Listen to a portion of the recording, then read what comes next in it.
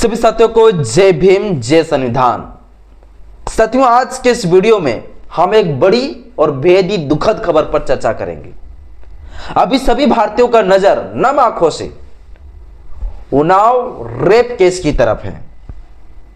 आज हम उसी उन्नाव रेप केस के बारे में आपको हम जानकारी देंगे विस्तार से कि किस प्रकार से एक भाजपा विधायक एक नाबालिग बच्ची के साथ एक घटना को अंजाम देते हैं और एक भाजपा के विधायक सत्ता के पावर से गरीबों को, मजदूरों को, कमजोरों को किस प्रकार से कुचल सकते हैं, अपना रंगदारी से, अपना ताकत से, अपना गुंडागर्दी से। अभी साथियों ये खबर खूब ज्यादा चर्चा का विषय बना हुआ है, सारे सोशल मीडिया में भी चल रहा है। ये खबर एक हीनियस क्राइम को साथियों अंजाम दिया। सुनकर इस घटना को आपको रोंगटे खड़ा हो जाएगा। जो भाजपा के लोग बेटी बचाओ बेटी पढ़ाओ का नारा देते हैं, जो नारी सशक्तिकरण की बात करते हैं, जो नारी को देवी का रूप मानते हैं, जो भाजपा, उसी भाजपा का सभी सांसद, विधायक, मंत्री रेपिस्ट बने बैठे हैं। इस वीडियो को साथियों शुरू से अंत तक जरूर देखिएगा, रोंगटे खड़े हो जाएंगे आपको पूरी कहानी, पूरी साथियों घटना को सुनकर। चलिए साथियों बताता हूं पूरा घटना को। यह घटना है साथियों साल 2017 का। कहां का घटना है? तो उन्नाव का साथियों घटना है। उन्नाव की साथियों यह घटना है। तो आज साथियों उन्नाव रेप केस के बारे में आपको हम पूरी डिटेल से साथियों विस्तार से आपको हम पूरी यह घटना को बताएंगे। Unnao rape case. उन्नाव साथियों हमारे उत्तर प्रदेश में पड़ता है। योगी रामराज वाला राज्य में साथियों ये उन्नाव पड़ता है। यूपी के ठीक साथियों जो राजधानी है लखनऊ, उनसे ठीक साथियों कुछ दूरी में ही साथियों उन्नाव पड़ता है। और इसी उन्नाव में साथियों, उन्नाव जिले में साल 2017 में, साल 2017 में साथियों एक घटना को अंजाम दिए जाते हैं भाजपा के विधायक के द्वारा। महीना था साथियों जून का, जून महीने का साथियों समय था, जून 2017।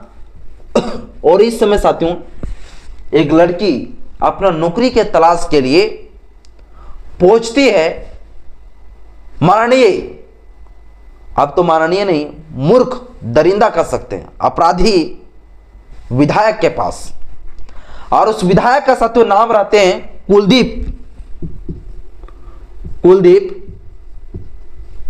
कुलदीप सिंह सेंगर। इनके पास साथियों जो है एक नाबालिग लड़की नौकरी पाने के लिए साथियों जो है पहुंचती है। और ये कुलदीप सिंह सेंगर इस लड़की को जो है नौकरी देने का लोभ लालच पहले से ही दिए हुए थे कि मैं आपको नौकरी में लगा दूंगा। और ये कहकर साथियों जो है क्या करते हैं कि ये भारतीय जनता पार्टी के जो विधायक रहते हैं कुलदीप सिंह सेंगर, अरे कुलदीप सिंह सेंगर साथियों किस विधानसभा का विधायक रहते हैं? तो ये भी साथियों मैं आपको बता दूं, बांगर मऊ साथियों, बांगर मऊ विधानसभा का जो है विधायक रहते हैं कुलदीप सिंह सेंगर। और ये कुलदीप सिंह सेंगर साथियों जो है एक नाबालिग बच्ची को जो है नौकरी देने के नाम से जो है अपने आवास बुलाते हैं। और अपने आवास में बुलाकर इस नाबालिग लड़की के साथ साथियों जो क्या करते हैं, रेप करते हैं, बलात्कार करते हैं, रेप करते हैं। और सिर्फ रेप ही नहीं करते बल्कि गैंग रेप करते हैं, गैंग रेप भी करवाते हैं। ये साथियों इतना बड़ा घटना को अंजाम देते हैं। ये जून 2017 में साथियों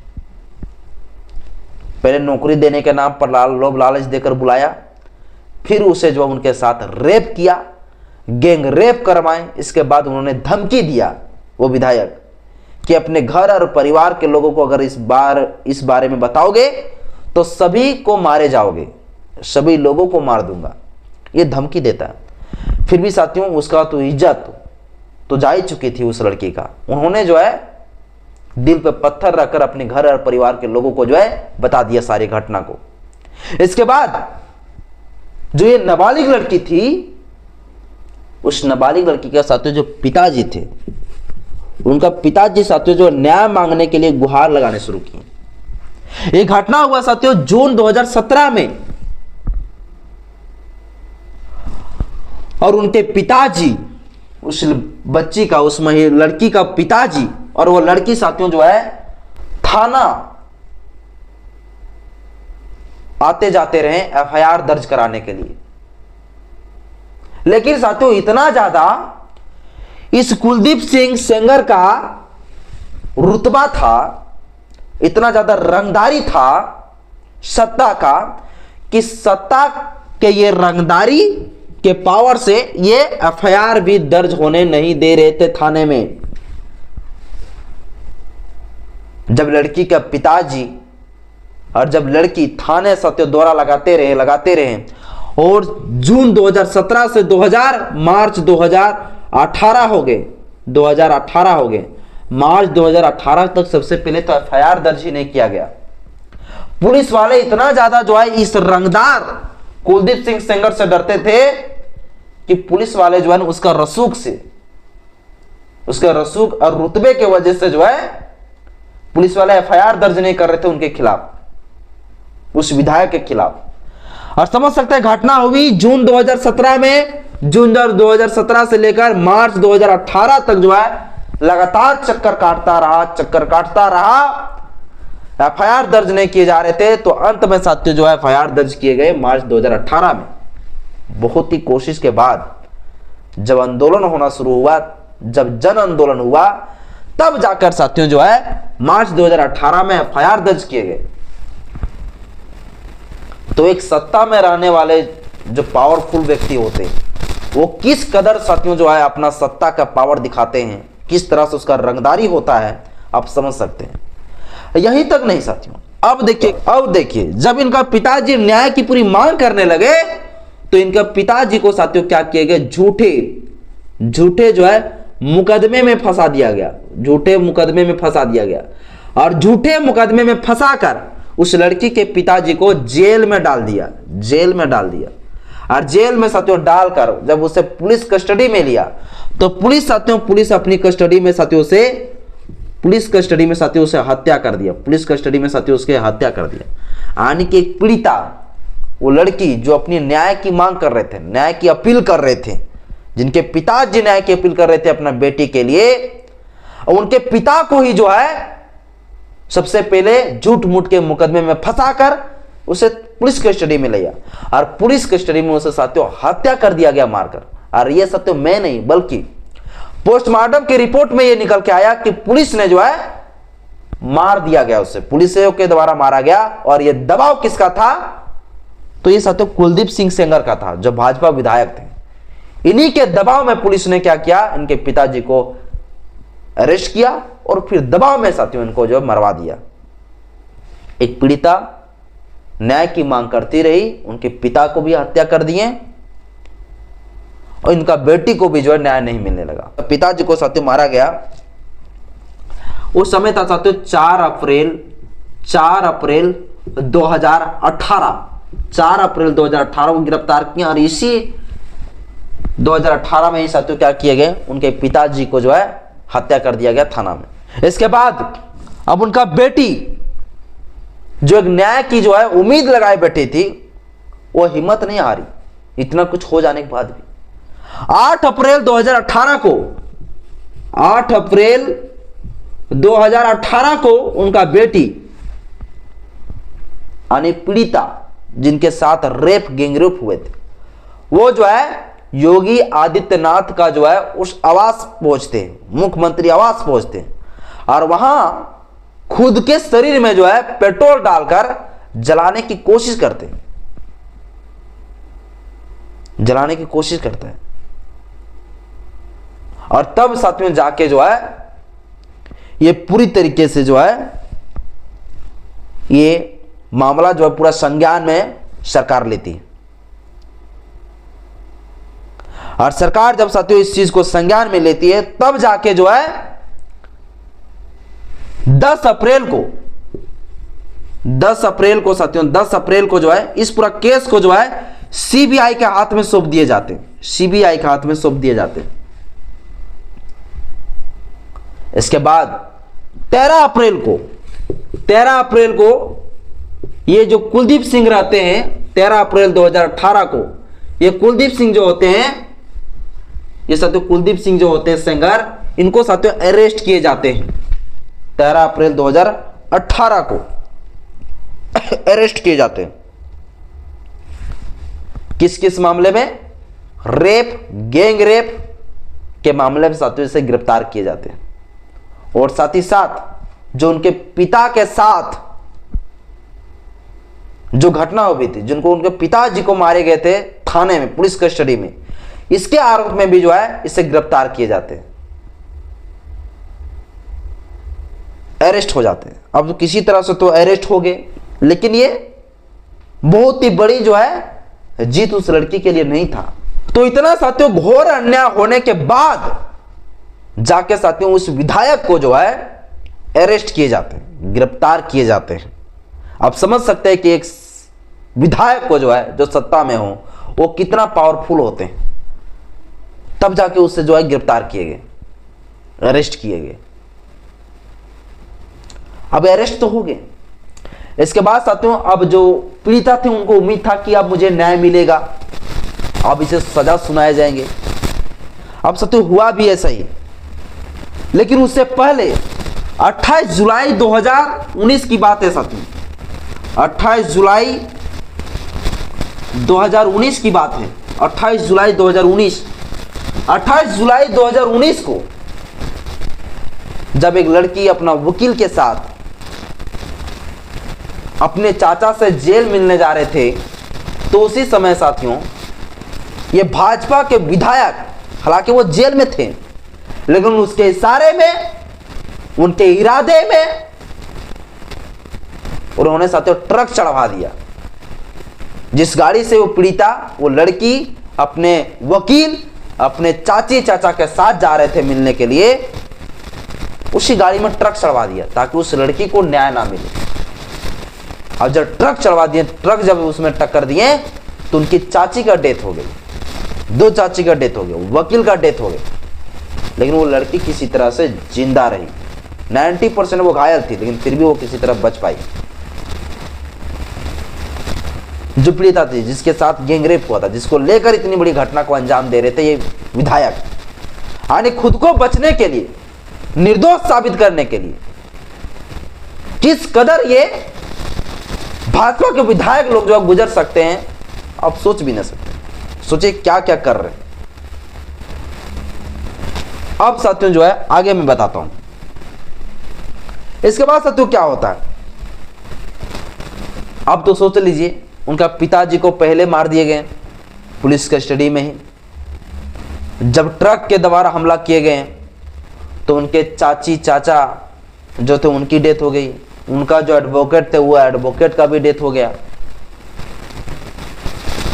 अब साथियों जो है पूरा उस लड़के को हिम्मत जो है काम नहीं करती, लेकिन फिर भी जो है समाज के लोगों ने, आम जनता के लोगों ने जो उसे हिम्मत दिया, और फिर लड़की जो है अपनी न्याय की गुहार के लिए खड़ी हुई।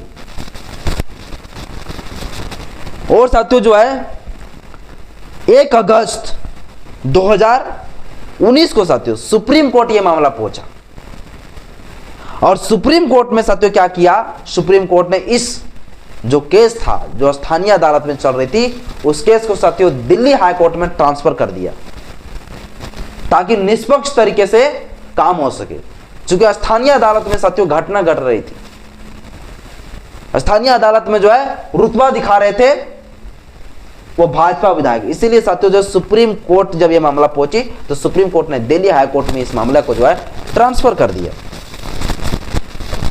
और 16 दिसंबर 2019 को 16 दिसंबर 2019 को साथियों जो है सबसे पहले तो हाई कोर्ट ने यह फैसला सुनाया और दोषी पाया।